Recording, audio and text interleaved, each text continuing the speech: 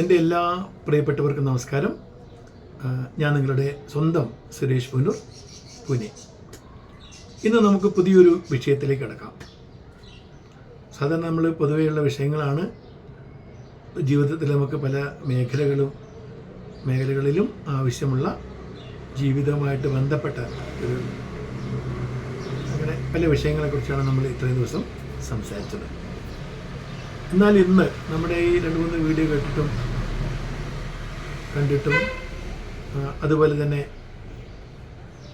എൻ്റെ 2-3 പൊതു ചടങ്ങുകളിൽ ഞാൻ പ്രസംഗിക്കുന്നത് കണ്ടിട്ടും അതിലൂടെ വളർന്നു വന്ന ഒരു സൗഹൃദം എന്നോട് ചോദിച്ചു, സുരേഷ് ചേട്ടാ, എങ്ങനെയാണ് നിങ്ങൾ കയ്യിൽ തികച്ചും പ്രതീക്ഷിക്കാതെ കയ്യിൽ പെട്ടെന്ന് മൈക്ക് തരുമ്പോൾ നിങ്ങളൊരു ഓൾറെഡി ഇങ്ങനെ പ്രിപ്പയർഡ് ആയ പോലെ, വളരെ തയ്യാറെടുപ്പ് നടത്തിയ പോലെ രീതിയിൽ എങ്ങനെയാണ് സംസാരിക്കുന്നത്, എങ്ങനെയാണ് സംസാരിക്കാൻ സാധിക്കുന്നത്? അങ്ങനെ ശരിയാണ് സുഹൃത്തുക്കളെ, അത് വലിയൊരു ചോദ്യമാണ്. കാരണം പെട്ടെന്ന് നമ്മളോട് ഒരാൾ എന്തെങ്കിലും ഒരു കാര്യം ചോദിച്ചാൽ അതിനെപ്പറ്റി 2 വാക്ക് പറയുമെന്ന് പറഞ്ഞാൽ നമ്മൾ കുടുങ്ങിപ്പോകും, പറയാൻ പ്രയാസമാണ്. അപ്പം ഞാൻ അദ്ദേഹം എന്നോട് ആവശ്യപ്പെട്ടു, അടുത്ത വീഡിയോ ചെയ്യുമ്പോൾ ആ വിഷയം ഉൾപ്പെടുത്താൻ പറ്റുമോ, എങ്ങനെയാണ് നമുക്കിത് ചെയ്യാൻ പറ്റുന്നതെന്ന്. അപ്പോൾ ആക്ച്വലി ഞാനിന്ന് ആ ഒരു വിഷയമല്ല, വേറൊരു വിഷയമാണ് മനസ്സിൽ കണ്ടിരുന്നത്. ഇങ്ങനെയൊരു ആവശ്യം വന്നപ്പോൾ ഞാൻ കരുതി ഒരുപക്ഷെ അതിനെപ്പറ്റി സംസാരിക്കുന്നതായിരിക്കും നല്ലത്. കാരണം നമ്മുടെ ചാനൽ സബ്സ്ക്രൈബ് ചെയ്ത നമ്മുടെ നല്ല സുഹൃത്തുക്കൾ, അവർക്കൊരു അങ്ങനെ സംശയം തോന്നുകയാണെങ്കിൽ തീർച്ചയായും ഞാനതാണല്ലോ ആദ്യം ചെയ്യേണ്ടത്. അതുകൊണ്ട് ഇന്നത്തെ നമ്മുടെ വിഷയം അത് തന്നെയാവട്ടെ, സഭാകമ്പം. നമ്മൾക്ക് എങ്ങനെ നല്ലൊരു സ്പീക്കറാവാൻ സാധിക്കുന്നു? എന്നെ സംബന്ധിച്ചിടത്തോളം ഞാൻ ഒരുപാട് മോട്ടിവേഷണൽ സ്പീച്ചൊക്കെ നടത്തുന്ന ആളാണ്. പല സ്ഥലങ്ങൾ, മലയാളത്തിലായാലും ഇംഗ്ലീഷിലായാലും ഹിന്ദിയിലായാലും. അത് എന്നെ സംബന്ധിച്ചിടത്തോളം അങ്ങനെ ഒരു പ്രശ്നം തോന്നിയിട്ടില്ല. അപ്പോൾ ഇന്ന് ആ വിഷയത്തെക്കുറിച്ച് നമുക്കൊന്ന് ചിന്തിക്കാം. മെയിൻ കാര്യം, നമ്മൾ ഏത് വിഷയത്തെക്കുറിച്ചാണ് സംസാരിക്കാൻ പോകുന്നത്. ഇത്രയും വലിയ സദസ്സിനെ നമ്മൾ അഭിമുഖീകരിക്കാൻ പോവുകയാണ്. അപ്പോൾ പൊതുവെ മനുഷ്യനുള്ള സഭാകമ്പം എല്ലാവർക്കും ഉണ്ടാവാം. പക്ഷെ നമ്മൾ ആദ്യം ആലോചിക്കേണ്ട ഏത് വിഷയത്തെക്കുറിച്ചാണ് നമ്മളിന്ന് അവരെ അഭിമുഖീകരിച്ച് സംസാരിക്കാൻ പോകുന്നത്. ആ വിഷയത്തെക്കുറിച്ച് ഗഹനമായ അറിവുണ്ടായിരിക്കും, വളരെ നല്ലൊരറിവ് ആ വിഷയത്തെക്കുറിച്ച് നമ്മൾക്ക് ഉണ്ടായിരിക്കണം. അത് നമ്മുടെ ആത്മവിശ്വാസം കൂട്ടും, അല്ലേ? ഏത് വിഷയത്തെക്കുറിച്ച് പറയാൻ പോവുകയാണ് അതിനെപ്പറ്റി നമുക്ക് കൃത്യമായിട്ട് നോളേജ് ഉണ്ടെങ്കിൽ, നല്ലൊരു അപഗ്രഥനം നടത്തിയാണ് നമ്മൾ വന്നിട്ടുണ്ടെങ്കിൽ തീർച്ചയായും നമുക്കൊരു ആത്മവിശ്വാസം കൂടും. നമ്പർ 1. പിന്നെ രണ്ടാമത്തെ കാര്യം, നമ്മൾ ഏത് ഭാഷയിലാണ് ആ പ്രസംഗം അവിടെ നടത്താൻ പോകുന്നത്. അപ്പോൾ ആ ഭാഷയിൽ നമ്മുടെ പ്രാവീണ്യം, ഏത് ഭാഷയിലാണോ ആ ഭാഷയിൽ നമ്മുടെ അറിവ് അല്ലെങ്കിൽ സംസാരിക്കാനുള്ള കഴിവ്, അതും അവിടെ വളരെ ഒരു പ്രധാന ഘടകമാണ്. ഓക്കെ. അപ്പോൾ നമുക്കെന്തായി, ആ വിഷയത്തെക്കുറിച്ചുള്ള പഠനം നമ്മൾ നടത്തിയിരിക്കണം, നമ്മൾ അറിഞ്ഞിരിക്കണം. കാരണം നമ്മൾ ഈ പറയുന്ന കാര്യങ്ങൾ പൊതുവെ എല്ലാവരും ചിന്തിക്കുന്നതും പലർക്കും അതിനെക്കുറിച്ച് ഒരുപക്ഷെ അറിവുണ്ടായിരിക്കും. അപ്പം നമ്മൾ അവിടെ പോയിട്ടൊന്നും അങ്ങനെ തെറ്റായിട്ട് പറയുന്നത് ശരിയില്ല.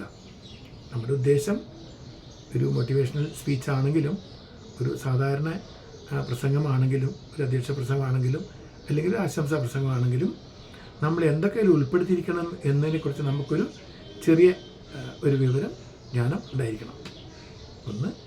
പിന്നെ ഏത് ഭാഷയിലാണ് നമ്മൾ നടത്തുന്നത്, ഇംഗ്ലീഷാണോ, മലയാളമാണോ, അല്ലെങ്കിൽ ഹിന്ദിയാണോ, ആ ഭാഷ നമ്മൾക്ക് കൈകാര്യം ചെയ്യാൻ അറിഞ്ഞിരിക്കണം. അപ്പോൾ അത് വലിയൊരു കാര്യമാണ്.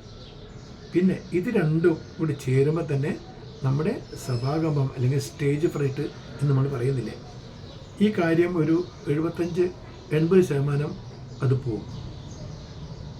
പിന്നെ നമ്മൾക്ക് അറിയേണ്ടത് മൈക്ക് നമ്മൾ എങ്ങനെ പിടിക്കണം, സംസാരിക്കുമ്പോൾ അല്ലെങ്കിൽ ഒരു പാട്ട് പാടുമ്പോൾ മൈക്ക് എങ്ങനെയാണ് നമ്മൾ കൈകാര്യം ചെയ്യേണ്ടത്, അത് നമ്മൾ അറിഞ്ഞിരിക്കണം. പിന്നെ സാധാരണ നമ്മൾ സംസാരിക്കുമ്പോൾ ചെയ്യുന്നത് പോലെ, അല്ലെങ്കിൽ നമ്മുടെ ഒരു സുഹൃത്തിനോട് സംസാരിക്കുമ്പോൾ നമ്മൾ ഈസി ആയിട്ട് സംസാരിക്കുന്നത് പോലെ ആയിരിക്കരുത് പ്രസംഗിക്കുമ്പോൾ. കാരണം നമ്മൾ മൈക്ക് ഉപയോഗിച്ച് സംസാരിക്കുമ്പോൾ സംസാരം വളരെ എക്കോ വരാം, അതിങ്ങനെ ഒരു ക്ലാരിറ്റി ഇല്ലാതെ പോകാം. അപ്പോൾ നമ്മളോരോ വാക്കുകളും എടുത്ത് പറയുക തന്നെ വേണം. എങ്കിൽ മാത്രമേ ഈ മൈക്കിലൂടെ പോകുമ്പോൾ അതിനവിടെ ഒരു ക്ലാരിറ്റി കിട്ടൂ, കേൾക്കുന്നവർക്ക് മനസ്സിലാക്കാൻ സാധിക്കും. അത് നമ്മൾ വളരെ ശ്രദ്ധിക്കണം. പിന്നെ നമ്മുടെ ശാരീരിക ആരോഗ്യം അല്ലെങ്കിൽ മാനസിക സ്ഥിതി അതൊക്കെ പെർഫെക്റ്റ് ആയിരിക്കണം. നമ്മൾ എന്തെങ്കിലും ഒരു സംഗതിയെക്കുറിച്ച് ആലോചിച്ചിട്ടോ വിഷമിച്ചിട്ടോ നിൽക്കുന്ന സമയത്താണെങ്കിൽ ഒരുപക്ഷെ നമുക്ക് ആ ഒരു ആത്മവിശ്വാസം വരില്ല, നമ്മുടെ പൂർണ്ണമായ മനസ്സവിടെ ഉണ്ടാവില്ല. അപ്പം നമ്മൾ ആ വിഷയത്തിലേക്ക് പോകുന്നതിന് മുമ്പ് അവിടെ എത്തിയിട്ട് പൂർണ്ണമായിട്ട് ആ ഒരു വിഷയത്തിലേക്കും അപ്പം നടത്താൻ പോകുന്ന ആ സംഭവ വികാസം എന്ന് പറഞ്ഞാൽ, പൊതുവെ നമ്മുടെ പ്രസംഗത്തിനാണെങ്കിൽ ആ പ്രസംഗത്തിൻ്റെ പറ്റിയുള്ള പോയിൻറ്റ്സ്, അതിൽ നമ്മൾ ഉൾപ്പെടുത്തേണ്ട പോയിൻറ്റ്സിനെ പറ്റിയും പിന്നെ ആ ഭാഷയിലുള്ള ഉപയോഗിക്കുന്ന വാക്കുകൾ. ഇപ്പം നമ്മുടെ മാതൃഭാഷയാണെങ്കിൽ നമ്മൾ വിചാരിക്കുന്നത് പെട്ടെന്ന് പെട്ടെന്ന് വരും. അതുപോലെ ഏത് ഭാഷയാണ് ഉപയോഗിക്കുന്നത് ആ ഭാഷയിൽ നമ്മൾ കണ്ടെത്തണം കൃത്യമായ വാക്കുകൾ പ്രയോഗിച്ചാൽ മാത്രമേ നമ്മൾ ഉദ്ദേശിക്കുന്ന ആ ഒരു അർത്ഥം അവിടെ വരും. അതും നമ്മൾ ശ്രദ്ധിക്കേണ്ട ഒരു കാര്യമാണ്. അപ്പോൾ അത് ഇത്രയും നമ്മൾ ശ്രദ്ധിച്ചു കഴിഞ്ഞാൽ പിന്നെ നമ്മുടെ ഡ്രസ്സ്, ആ ഡ്രസ്സ് നിങ്ങൾ കോട്ട് ഇടുന്നോ അല്ലെ പൈജാമ ഇടുന്നോ, ഇത് സാധാരണ മുണ്ടെടുക്കുന്നോ ഷർട്ട് എടുക്കുന്നോ, ഷർട്ടും പാൻസും ഇടുന്നോ, അതല്ല പ്രശ്നം. ആ ഡ്രസ്സ് നിങ്ങൾക്കൊരു കോൺഫിഡൻസ് വന്നിരിക്കണം. നിങ്ങൾ സംസാരിക്കുമ്പോൾ നിങ്ങൾക്കൊരു ഞാൻ കുഴപ്പമില്ല, ഞാനിന്ന് ഓക്കെയാണ് അല്ലേ, കണ്ടാലൊരു കുഴപ്പമില്ല എന്നുള്ള തോന്നൽ നമ്മളെ മനസ്സിലേക്ക് വരുമ്പോഴാണ് നമുക്കിത് സംസാരിക്കുമ്പോൾ കുറച്ചും കൂടി ഒരു കോൺഫിഡൻസ് വരിക. ഓക്കെ. പിന്നെ ഇറുകിയ ഡ്രസ്സ് അല്ലെങ്കിൽ നമ്മൾ എന്തെങ്കിലും ഡ്രസ്സ് നമുക്കൊരു കംഫർട്ട് അല്ലാത്ത രീതിയിലാണെങ്കിൽ അതൊക്കെ നമ്മുടെ പ്രസംഗത്തിനെ ബാധിക്കും. പിന്നെ പ്രസംഗിക്കാൻ പോകുന്നതിന് മുമ്പ് നമ്മുടെ തൊണ്ടയൊക്കെ ശരിയായിരിക്കണം. നമ്മൾ ഒച്ച അടച്ചു പോവുക അങ്ങനെയുള്ള പ്രശ്നങ്ങളിൽ നിന്നൊക്കെ നമ്മൾ സൂക്ഷിക്കണം.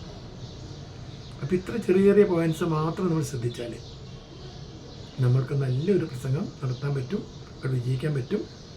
പിന്നെ നമ്മൾ പ്രസംഗിക്കുമ്പോൾ സാധാരണ കുറച്ച് കോമഡി, കുറച്ച് തമാശയൊക്കെ കലർത്തി സംസാരിക്കുകയാണെങ്കിൽ അത് വിഷയം പോലെയാണ്.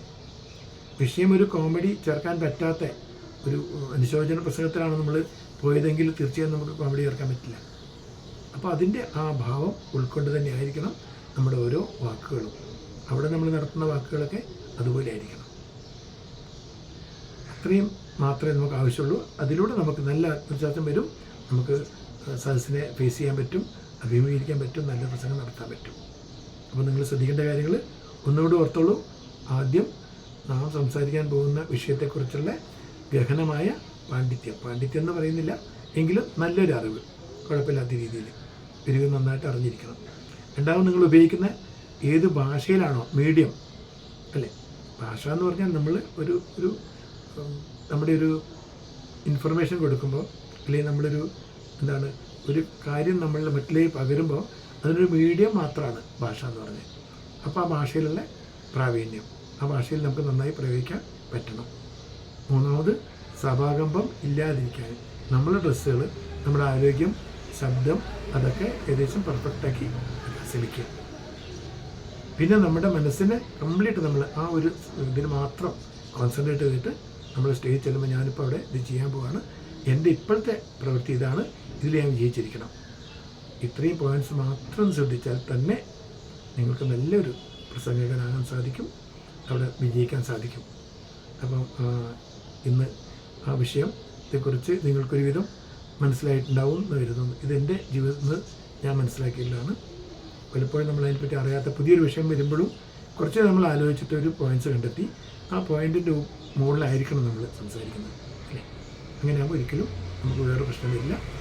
അപ്പോൾ ഇനി അധികം നീട്ടാതെ ഞാൻ ഈ വീഡിയോ അവസാനിപ്പിക്കുകയാണ്.